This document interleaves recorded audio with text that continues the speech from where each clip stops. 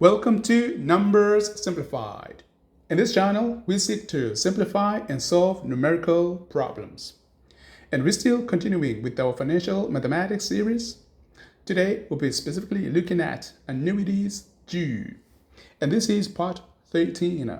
Make sure to check out all the other parts prior to this. They might be beneficial to you. Subscribe, like, and share so that you don't miss out on any of our future uploads. Recall, from part 11, we covered annuities due. And in this session, we are specifically going to be working on an example. So this is an example that is similar to the example that we covered when we were looking at ordinary annuities. However, the question has got a twist. Right, the question goes like this.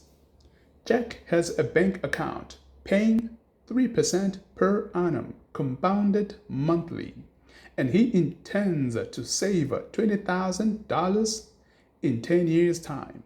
How much would he need to deposit into the account if payments are made at the beginning of every month? Just as before, it is important that you identify each and every parameter or variable that you are given from the question.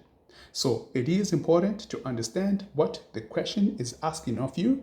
1, 2, identify each and every information, useful information that is, that you are given from the question.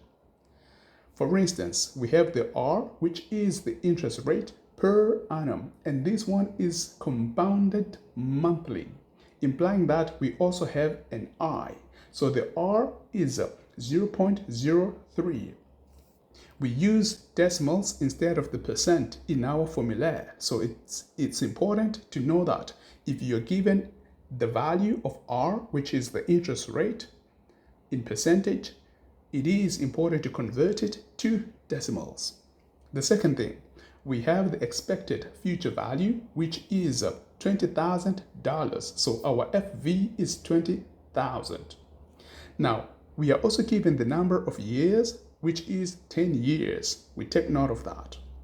And the I, which comes from being compounded monthly, it implies that in each and every year, the amount that is saved would be compounded monthly. So we've got 12 times in which it is compounded within a year. So the I is 12 because it's the number of times it is compounded in a year.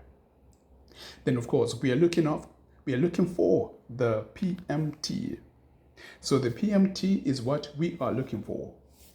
And I've highlighted beginning so that we are able to specify which one is which. Is it the ordinary annuities or the annuity due? So if it is happening at the beginning, it implies that we are going to have the annuities due because that would have an additional interest. So that is something that we covered in our previous videos.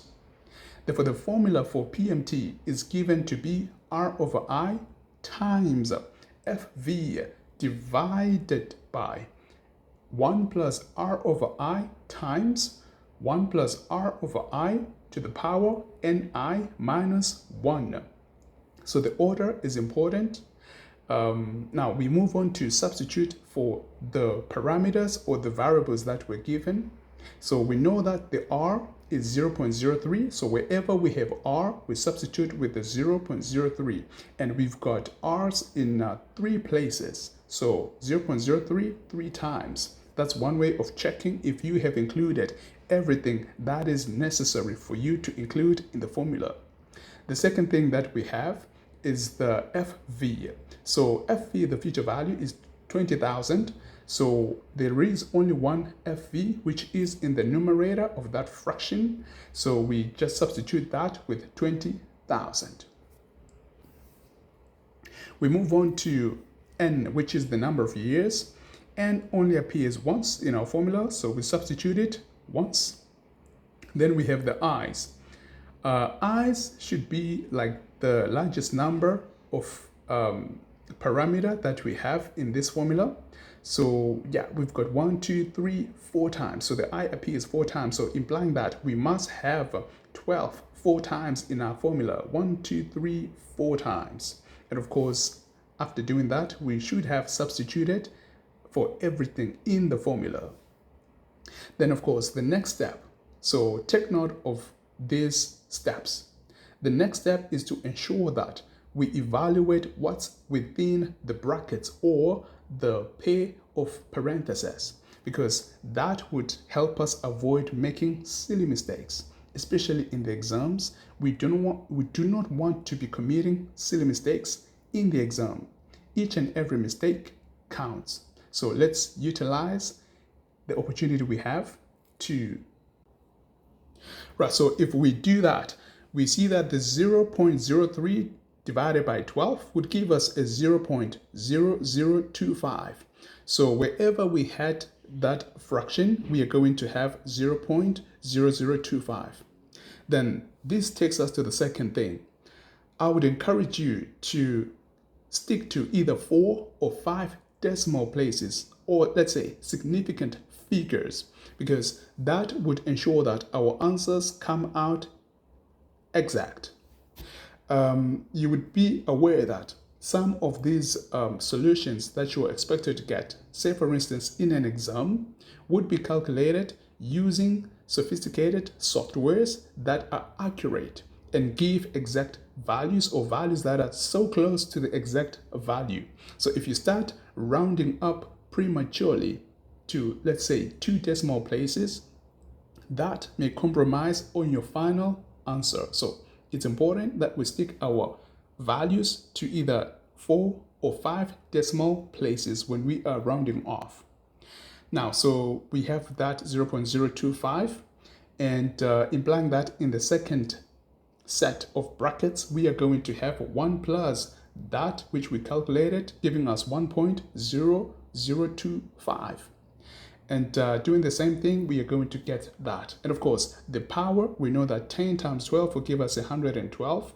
So I know of some people who can just input the values straight into the calculator and get the correct answer. But sometimes if you make one mistake, then it means the whole thing becomes wrong. So it's important to make sure that each and every step is done properly. And then the next thing, of course, would be now to group whatever we have. So we are going to have 2 sets of fractions. So one would have the 0.0025 divided by 1 times 0025, because that is multiplying the other denominator. So it was just one set of denominator, but we are partitioning so that we sort of see what we are doing and avoid unnecessary mistakes. Then we have the other fraction comprising of 20,000 in the numerator and 0.34935 in the denominator. So this is a value that was obtained from 1 plus 0.0025 raised to the power 120 minus 1. At least this one is easy to compute if you know how to use your calculator. If not, I encourage you to practice using your calculator so that you are not caught by surprise in the exam. Right now, we know that we have 2 fractions, and knowing how to multiply fractions, numerator times numerator, denominator times denominator, if we apply that concept, we are going to get 50 over 0.35022. So the 0.35022 came up when we multiplied 1.0025 by 0.34935. So the 50 came up when we multiplied the numerator as well. So dividing that one there, we are going to get PMT of $142.77. Therefore, he needs to pay $142.77 a month in order to be able to raise that 20,000 in 10 years. And of course, we are assuming that the interest rate remains the same in that particular period. So that's how we would solve this particular question.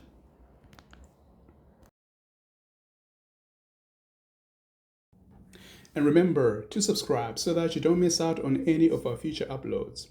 Make sure to check out all the other playlists we have so far. They might be beneficial to you, especially if you are a mathematics, statistics, financial mathematics student. And of course, I'll leave you with the following task. Find a question and post it on the related topic. Remember once again, your questions, feedback are always welcome here. Subscribe, like, and share so that you don't miss out on any of our future uploads. Thank you for watching Numbers Simplified. Remember, God loves you.